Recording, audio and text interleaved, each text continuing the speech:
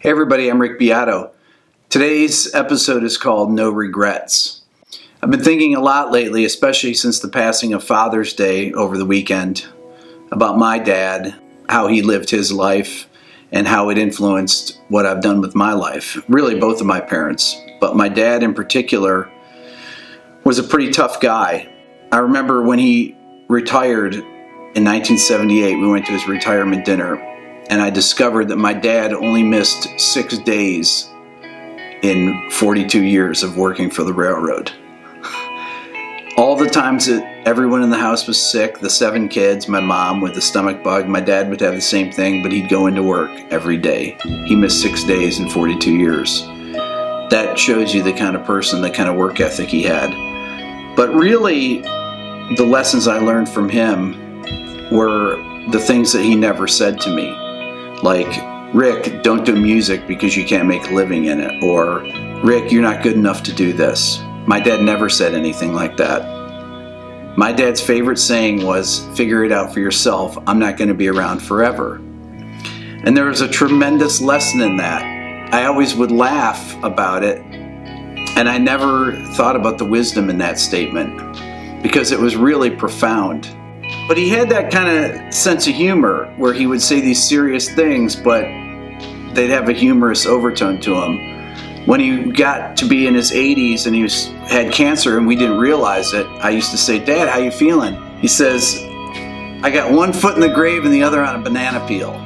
And, and we didn't know how sick he was. My dad passed away of lung cancer in 2004. From his diagnosis to the time he passed away, it was 3 weeks. And I remember we would take shifts. I went home here from Atlanta. I'm the only one that lived away from where I grew up in Rochester. I was the only one that lived out of town. And I went home for those 3 weeks. I didn't know how long he was going to be with us, but I wanted to be there every moment. And we took shifts. There would be 3 of us at night staying with my dad. My dad didn't want to die in a hospital. He wanted to die in his own chair in his own living room because that's how he lived his life. And I made him a promise that I would make a jazz record sometime. I think even though he would never say it, he was probably disappointed when I started producing rock bands and I went in a different direction than, quit my college teaching position, started moving around the country, and played in bands, started producing bands. But he would never say anything. He would never say it. But I knew that he felt I had a talent that had gone unfulfilled, or that I had a dream that was never completed. So when my dad passed away, I had a CD that a friend had given me from a live concert I did, a trio with one of my best friends, Paul Smith, and Steve Brown, who was my guitar teacher. We did this recital at a kind of a local music school. In the recital, we played a bunch of my tunes. And I put the CD in the casket for my dad, because that's the closest thing to a jazz album I had. But I promised him that I would make my own jazz record. Now, I've never fulfilled that promise. But what I have done is I've built this YouTube channel. And building the YouTube channel has been one of the most rewarding things that I've ever done. And people always ask me, Rick, where's your music? Why don't you create your own music? And I always have a couple of responses for that. First of all, I've been a music producer for 20 years. There's tons of my music on records out there, and tons of records with me playing on them. It's not about that. I don't feel like I have something to say, at least artistically, in that way, because I've always thought of myself as a teacher. I always liked learning. It was the most valued thing in my life. I've always felt that a day without learning something was a day wasted. And this is an inspiring experience for me, being able to talk to you, and an honor. And I want to thank all of you personally for all the incredible letters I get. It's really inspiring. Hundreds of emails a day. I try to respond to as many as I can. But I want you to know, if you don't get a response from me, it doesn't mean that I haven't read it or I'm not going to get to it, but I appreciate all the incredibly kind words that I get from people. One of the things that I've tried to convey here is that anything is possible. Now, my one video where I talk about adults can't learn perfect pitch, I kind of chuckle about because I get savaged about it.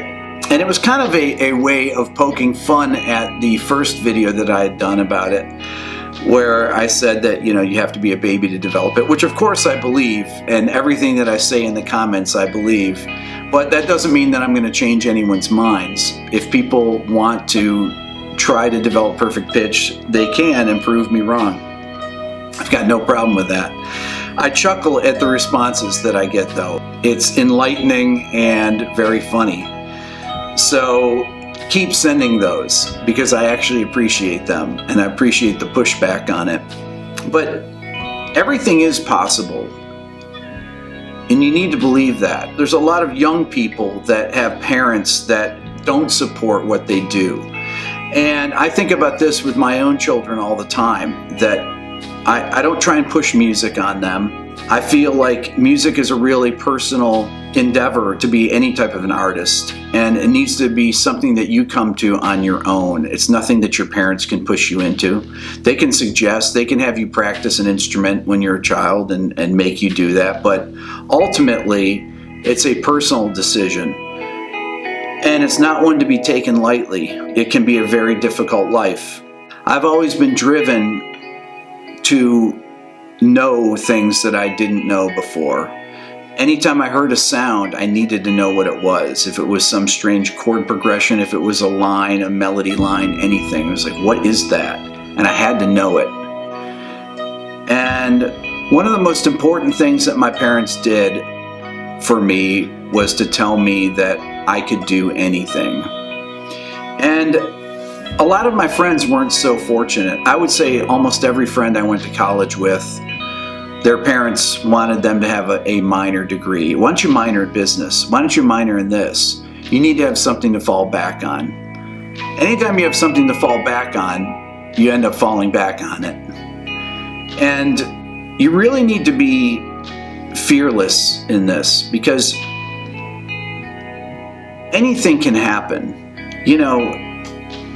You live every day, you plan for the future, you live in the present, always with goals in mind, always trying to get somewhere. But you can't be afraid to try new things in your playing, in your career. And if you live by that, you'll have no regrets, I promise. Because no matter what happens with my life, this channel has allowed me to put ideas out there and to chronicle the things that I've learned in my life. And it's been the most fulfilling thing that I've ever done. I don't need to make records and have 1 million people buy them. It's not something that drives me. I don't need to go out and play in front of people.